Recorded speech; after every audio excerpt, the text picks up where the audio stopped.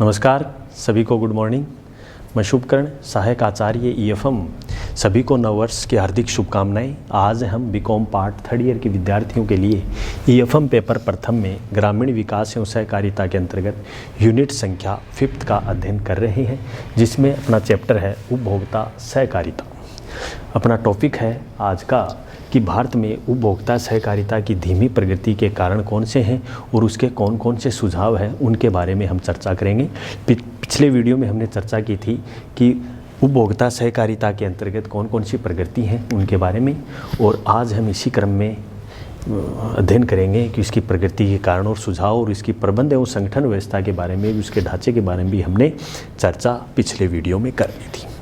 अब इसके धीमी गति के पहले हम प्रगति के कारण के बारे में हम देखेंगे कि किसकी वजह से भारत में उपभोक्ता सहकारी संगठन धीमी गति से कार्य कर रहा है। पहला है वित्तीय साधनों का अभाव।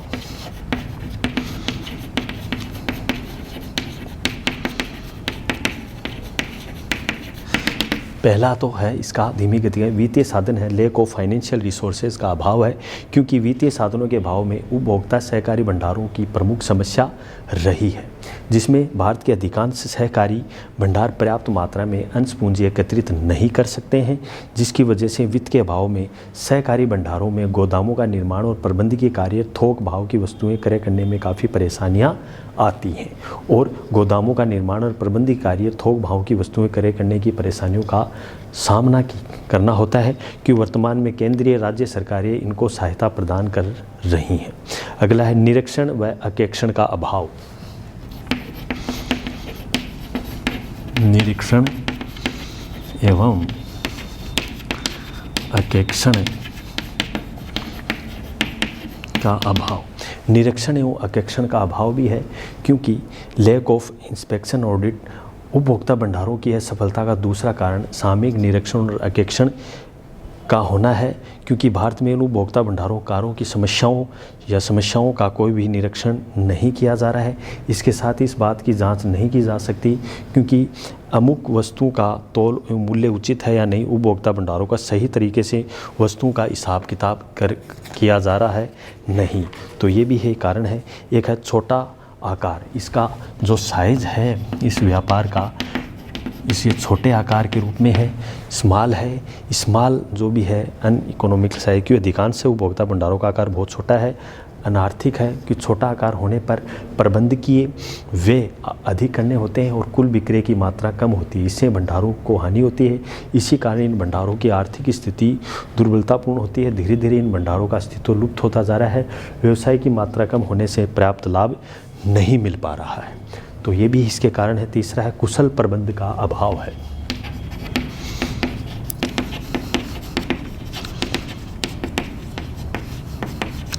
एक कारण ये भी है कुशल प्रबंध का अभाव है, क्योंकि मैनेजमेंट सिस्टम के अभाव होने से भी ये कार्य सही तरीके से नहीं कर पा रहे हैं।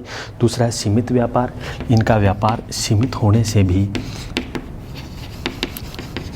धीमी गति के कारण में अहम है, क्योंकि सीमित व्यापार के रूप में एक सही है कि उपभोक्ता भंडारों का आकार संकुचित होने से सहकारी उपभोक्ताओं का विकास नहीं हो पा रहा है। तो सीमित आकार भी एक है। एक सदस्यों का असहयोग। सदस्यों का असहयोग।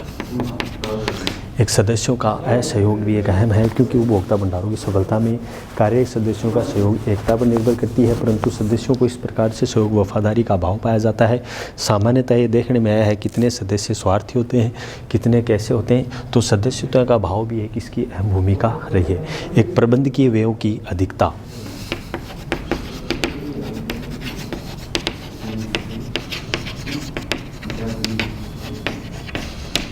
प्रबंधकीय व्ययों की अधिकता भी एक अहम भूमिका का निर्वहन करती है, क्योंकि प्रबंधकीय व्यय में अधिक होने से भी एक सही तरीके से, क्योंकि सहकारी उपभोक्ता भंडार में वे निजी व्यापारियों, फुटकर व्यापारियों के प्रबंधकीय व्यय अधिक होते हैं। तो उसकी वजह से व्यापारी से बहुत प्रकार के उपरियों से मुक्त नहीं हो पाते। तो ये भी एक महत्वपूर्ण कारण माना गया है। तो अगला है कारण राज्य सरकारों की उपेक्षापूर्ण नीति।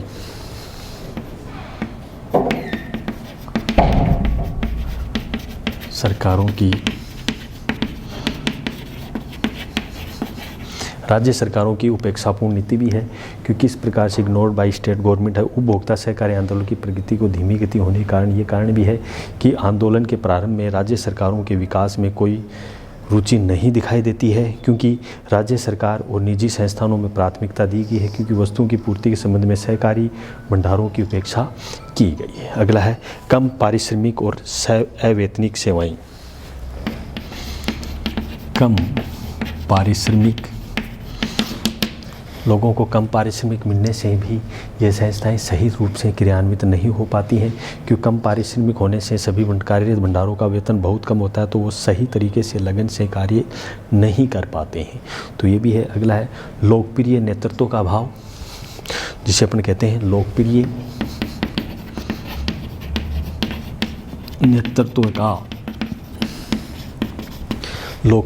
नेतृत्व का अभाव होने से भी ये संस्थाएं सही रूप से नहीं की। भारत में उपभोक्ता सहकारी की धीमी गति का भी एक ये प्रमुख कारण है, तो ये भी एक महत्वपूर्ण है।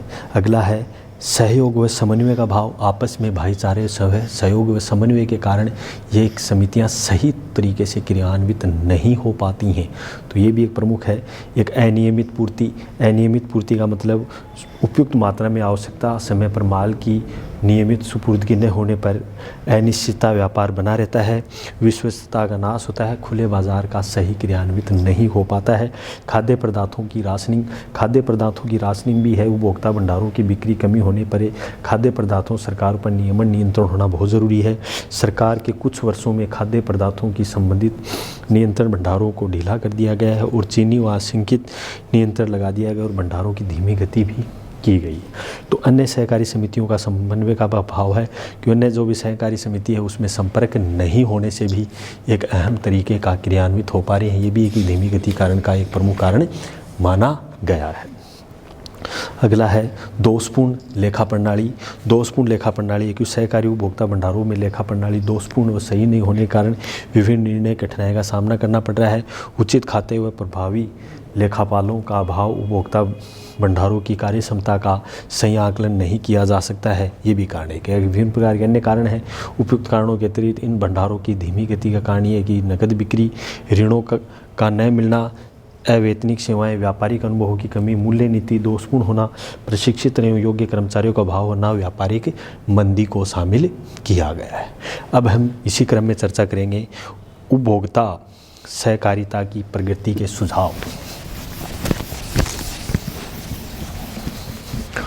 उपभोक्ता सहकारिता की प्रगति के सुझाव।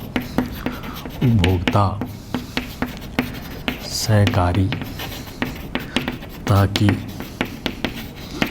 प्रगति के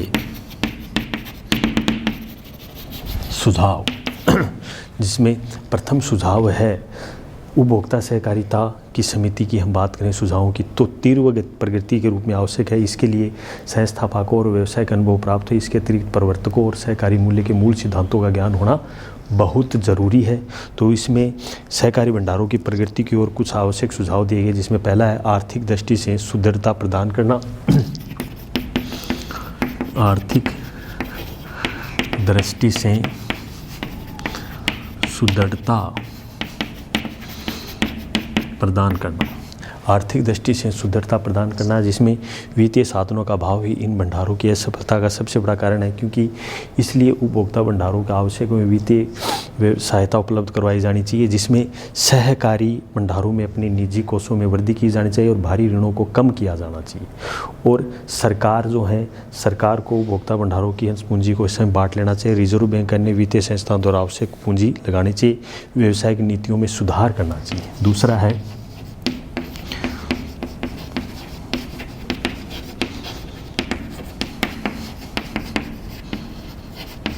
व्यावसायिक नीतियों में सुधार। व्यावसायिक नीतियों में सुधार किस प्रकार से हो? व्यावसायिक नीतियों में सुधार मुख्य रूप से तभी संभव हो सकता है जिसमें उपभोक्ता सभी प्रकार की आवश्यक वस्तुओं का विक्रय करे और उसमें मांग के अनुसार वस्तुएं उपलब्ध हो जाएं, और इन भंडारों में उचित थोक के आधार पर माल को क्रय करना चाहिए और विभिन्न प्रकार के वस्तुओं को व्यवस्था करनी चाहिए। अगला है मूल्य निर्धारण संबंधी सुझाव।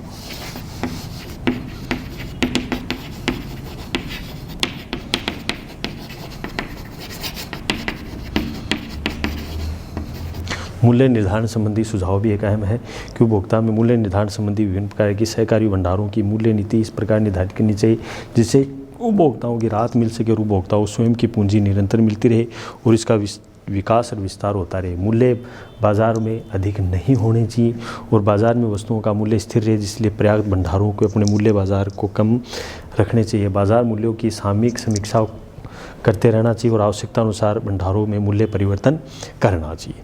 तो इस प्रकार थोक बाजार की वस्तुओं का मार्जिनल भी 5-6 से 10% तक करना चाहिए। एक क्रय प्रणाली में सुधार।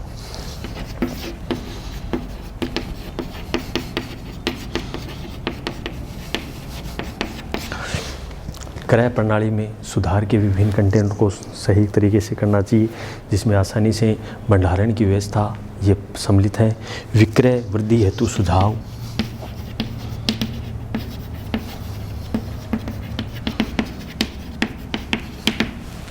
विक्रय बढ़ावा देने के लिए विक्रय प्रमोशन या विज्ञापन को क्रियान्वित किया गया है जिसमें विक्रय को आसानी से बढ़ाया जाना चाहिए। तो विक्रय वृद्धि के लिए सुझाव भी होने चाहिए।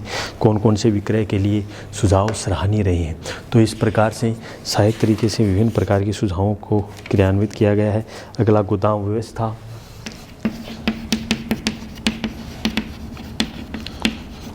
गोदामों की व्यवस्था जिससे माल को आसानी से भंडारण में रख सकें, उनकी उचित व्यवस्था हो, इससे विभिन्न प्रकार की स्टोर कीपर्स और रखने चाहिए। एक प्रबंध व्यवस्था को कुशल बनाना। प्रबंध व्यवस्था को कुशल बनाना। प्रबंध व्यवस्था को कुशल बनाने से भी है कि इसके भी महत्वपूर्ण है सुझाव है कि प्रबंध व्यवस्था सुदृढ़ रहेगी, उसमें आकर्षक वेतन प्रदान करना चाहिए और विभिन्न प्रकार के उसको लाभ बेनिफिट्स देने चाहिए। तो इससे भी एक अच्छी एक अपनी उपभोक्ता सहकारी प्रवृत्ति के सुझाव में अहम रहती है। एक अन्य सहकारी संगठनों में सहयोग व समन्वय।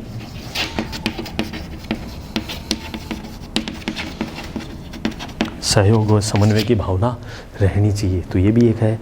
एक उत्पादकों से प्रत्यक्ष संपर्क होना चाहिए। तो उत्पादक है प्रोड्यूसर, उनसे डायरेक्ट संपर्क रहने से भी ये है। एक डायरेक्ट संपर्क उत्पादकों से प्रत्यक्ष संपर्क, जो उत्पादक है उससे डायरेक्ट संपर्क होने चाहिए।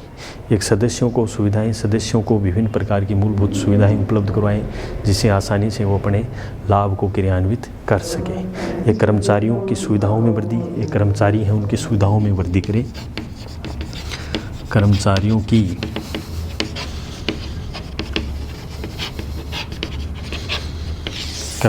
सुविधाओं में वृद्धि। कर्मचारियों को मूलभूत सुविधाएं देनी चाहिए जिसमें विभिन्न प्रकार के क्षमता बोनस, चिकित्सा, आवास और अन्य प्रकार की सुविधा ग्रीन रहती हैं। तो ये है एक व्यापार का प्रसार।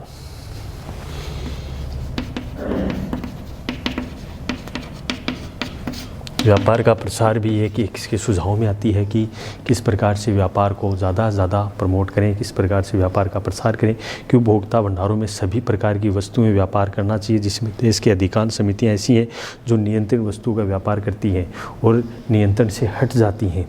हट जाने से इन समितियों की स्थिति दयनीय हो जाती है। इन समितियों की अनियंत्रित वस्तुओं पर सभी प्रकार की वस्तुओं को व्यापार की विक्रय मूल्य में वृद्धि करनी चाहिए। तो इस प्रकार से अगला है परिवर्तन संबंधी सुधार। अनेक प्रकार के नव परिवर्तन लाए। परिवर्तन संबंधी सुझाव भी एक अहम है। और अगला है विभागीय भंडारों के संबंध में सुझाव।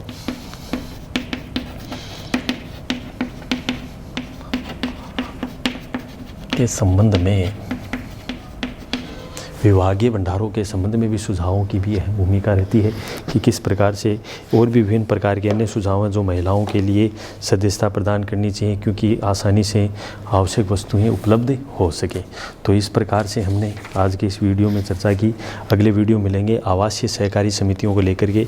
तो तब तक के लिए बहुत ही बहुत धन्यवाद। और आज के ये वीडियो, ये जो क्वेश्चन है ये बहुत ही इम्पोर्टेंट है जो कि आपके एग्ज़ाम की दृष्टि से बहुत ही महत्वपूर्ण है। तो आप इसको अच्छे से करें जिससे आपको एग्ज़ाम में अच्छे से अच्छे मार्क्स आपको आसानी से आ सके।